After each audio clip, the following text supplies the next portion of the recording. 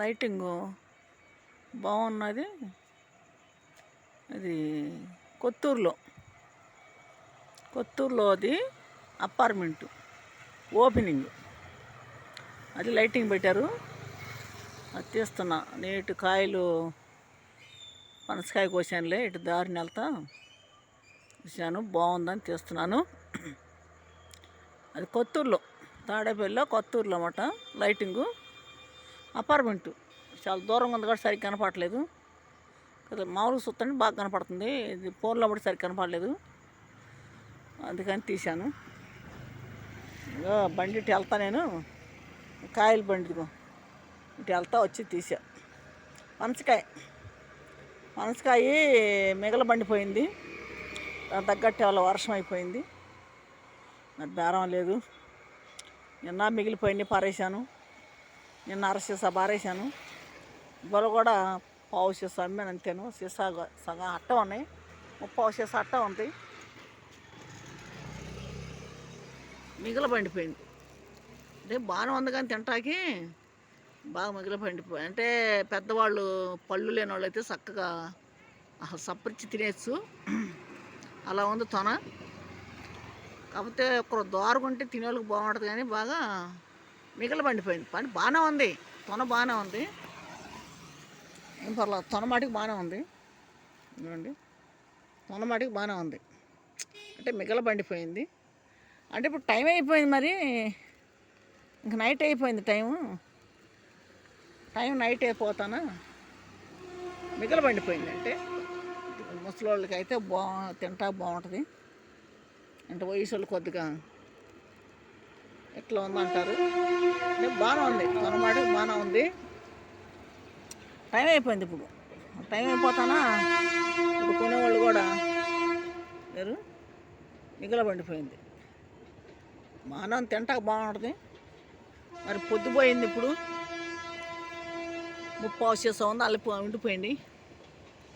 మరి మధ్యాహ్నించే నేను 11:30 కోసాను కాయని, రేపటికైతే అసలు ఉండదు అని. పొద్దునంతా వర్షానికి వెళ్ళాను నేను. వర్షానికి వెళితే మరి 11:30 కానించి కొద్ది తెరపిచ్చింది. 11:30 కోసా నేను కాయని.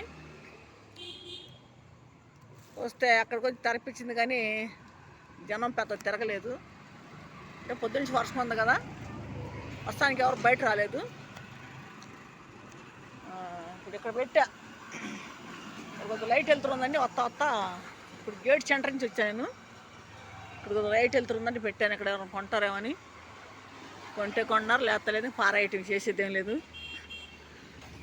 ఏం చేస్తాము, ఇక టైం అయిపోయింది, టైం కూడా అయిపోయింది. 8:50 అయింది టైము. మరి ఇప్పుడు జనం తిరగరు, 9 అయిపోతే తిరగరు జనం.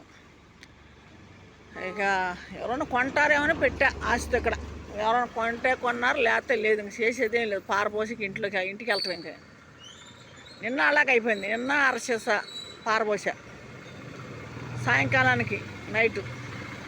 ఇప్పుడు ముప్పావు సీసా ఉంది.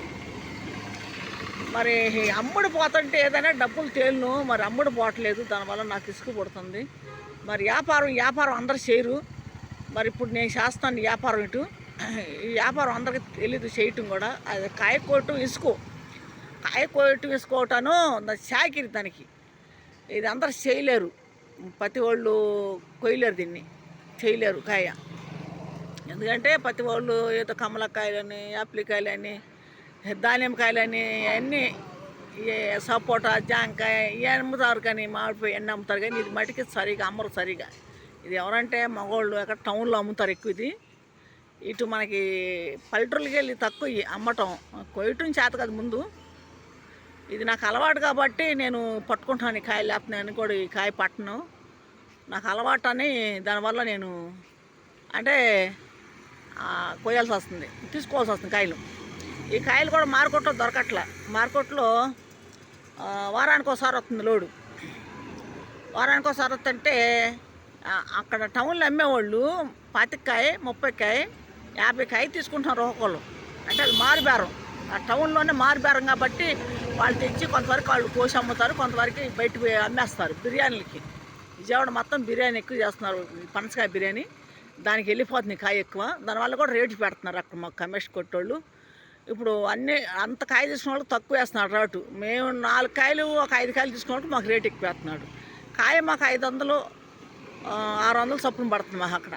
అంటే తక్కువ ఇట్లా ఎవరికి మామూలుగా వచ్చి 1 2 కాయలు అడిగి వాళ్ళకి కూడా 500 600 తీసుకుంటున్నారు కాయని. ఇప్పుడు మాకు చిన్న సైజు అనుకో 400 వస్తుంది కాయ. ఒక పెద్దగా ఉందనుకో సైజు 600 500 తీసుకుంటున్నారు. నిన్న నేను తీసుకున్న కాయలు మరి రేటే పడ్డాయి. మరి 4 కాయలే తెచ్చాను నేను. 4 కాయలు నిన్న ఒకటి అమ్మాను, దాంట్లో సగం అమ్మాను, పాడేసాను సగం. ఇవాళ ఒకటి కోసాను. మరి ఇవాళ వాన ముసురు, రాత్రి నుంచి వాన ముసిరాను. మరి దానికి తగ్గట్టు పాలేదు రేటు. రేట్ అని కాదు, 20 రూపాయలకి 30 తొనలు 10 తొనలు వేసేసా. పెద్ద తొనలుగా చూసారు, ఇప్పుడు చూపించాను కదా, 25 తొనలు 30 తొనలు వేసేసా. ఎందుకంటే మిగలబండిపోయింది కాయ అని చెప్పేసి 25 తొనలు 30 తొనలు అట్లాగా కవర్లో పేపర్లో పెట్టి కవర్లు కట్టించేసా. ఎందుకంటే అమ్మే వరకు ఏం చేద్దాలు వద్దా పారేయటం ఎందుకని చెప్పి అట్లా ఇచ్చేసాను. మరి నాకు కాయ రేటు కూడా రావట్లా. నాకు తల్లకాయనే పుట్టిపోతుంది ఈ వ్యాపారం వల్ల. ఎంత తిరిగి కష్టపడి చేస్తున్నా కూడా రూపాయి ప్రయోజనం ఉండట్లేదు. నిన్నేమో మొన్న సోమవారం బైపాస్కి వెళ్ళాను, అసలు బేరం లేదు అక్కడ. మరి బైపాస్ దాకా వెళ్తే అక్కడ అమ్మింది 40 రూపాయలు అమ్మాను. తాడేపల్లి వచ్చి ఒక 200 అమ్మాను. ఒక కాయ రేటు కూడా రాలేదు నిన్న కూడా. సోమవారం అటు వెళ్ళినందుకు నాకు జ్వరం వచ్చేసింది. నిన్న ఇవాళంతా జ్వరమే నాకు. మళ్ళీ వాళ్ళు జ్వరంతో అట్టే తిరుగుతున్నాను. మందులు వేసుకున్నాను. నేను హాస్పిటల్కి వెళ్ళాను, మందులు వేసుకుంటున్నాను. మందులు వేసుకొని తిరుగుతున్నాను. ఇవాళ కూడా ఉదయం నుంచి అన్నం లేదు. టిఫిన్ వాడికి చేశాను, అట్టు తిన్నాను. ఇవాళ ఇంతవరకు భోజనం లేదు. ఇప్పుడు నైట్ 9 అయిపోతుంది.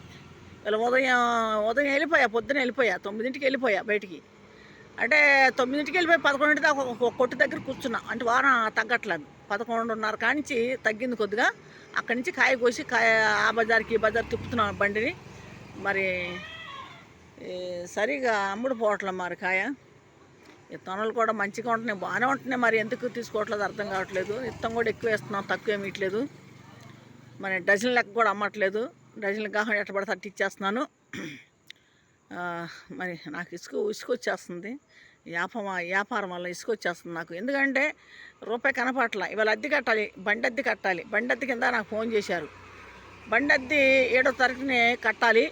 7వ తారీఖు ఖచ్చితంగా కట్టపోతే 7వ తారీఖు పొద్దున్న వెళ్ళకపోతే సాయంకాల కాలం మనిషిని పంపిస్తున్నారు కట్టాలని. మరి పంపించారు, ఎవరన్నా కదా మా తమ్ముడే పంపించారు. మా తమ్ముడు వచ్చి ఫోన్ చేసి అడిగాడు, అక్కడ అద్దె కట్టాలి అక్క అంటే, సరే నా అబ్బా రేపు ఇస్తానులే అని చెప్పేసి అన్నా నేను. సరే అన్నాడు. అద్దె కట్టాలి, రేపు పొద్దున కూడా వెళ్ళి అద్దె కట్టాలి. ఇప్పుడు బండి తీసుకొని 4వ నెల, నేను 3 నెలలు కట్టాను అద్దె. రేపు కడితే 4 నెలలు కట్టినట్టు అద్దె. నేను 4 నెలలు తిప్పుతున్నా బండి నేను. మరి బండి వాళ్ళని నేను కష్టపడి బండి వాళ్ళకి అద్దెస్తున్నాను. మరి కమేష్ కొట్లు కాడికి వెళ్ళి కాయలు కొంటున్నాము. మరి అమ్మకెళ్ళి వాళ్ళని పెంచినట్టుంది, నేను పెంచినట్టు నేను తినట్లేదు అసలు. ఇప్పుడు కమిషన్ కొట్టిన వాళ్ళని ఈ బండి వాళ్ళని పెంచినట్టుంది నేను. ఇప్పుడు నా కోసం నేను కష్టపడలేదు, వాళ్ళ కోసం నేను కష్టపడుతున్నట్టున్నా నాకు తెలిసే వాళ్ళకి. మరి ఏంటంటే నాకేం ఉంటల్లా, నాకు వచ్చే పింఛన్ డబ్బులు కూడా అయిపోతున్నాయి. పింఛన్ డబ్బులు అయిపోతున్నాయి. మళ్ళీ కొద్ది గొప్ప మా వాళ్ళు ఇస్తూ ఉంటారు, అవి అయిపోతున్నాయి. మరి నేను మళ్ళీ ఎదురేయాల్సి వస్తుంది వ్యాపారానికి. నాకు పెద్ద తలకాయ నొప్పి ఇప్పుడు వస్తుంది వ్యాపారం వల్ల. మరి చూసేవాళ్ళు వ్యాపారం చేస్తున్నారు అంటున్నారు. వ్యాపారం చేస్తున్నాను, దాంట్లో రాబడి లేదు. నాకు ముందు రాబడి లేదు, నేను ఎదురేయాల్సి వస్తుంది, ఎదురు పెట్టాల్సి వస్తుంది. ఇప్పుడు అమ్మకెళ్ళి పట్టి నేను మళ్ళీ ఎదురేసి మళ్ళీ పట్టి కమేష్ కొట్లు వాళ్ళకి కట్టాల్సి వస్తుంది. ఏమంటే కాయ పోయిందన్నా కూడా వాళ్ళు తిరిగి ₹1 మనకి ఇవ్వట్లా. వాళ్ళు ఏమన్నారంటే, మేము రాళ్ళు తెచ్చుకుంటున్నాము, నువ్వు ఒక కాయ పోయిందని చెబుతున్నావు. నేనే కాదు చాలామంది చెబుతున్నారు, వాళ్ళు చెప్పిన కూడా వాళ్ళని కూడా అట్ట అంటున్నాడు. ఇలా జరుగుతుంది వ్యాపారస్తులు, ఇంత బాధపడుతున్నాం మేము. మరి నైట్ పూట 9 అవుతుంది, ఇప్పుడు 9 అవుతుంది. ఇంతవరకు ఇంటికి మొహం చూడలేము మేము. పొద్దున్న 9ంటికి బయటకు వస్తే నైట్ 9 అయిపోయింది. ఇంతవరకు ఇంటి మొహం చూడలేదు. మరి పొద్దునుంచి ఇవాళ కూడా భోజనం లేదు. పొద్దున అట్టు తిన్నాను, అట్టు తిని అలాగే ఉన్నాను. మరి ఎందుకో మా జ్వరం మీద ఇంటికి ఇంకా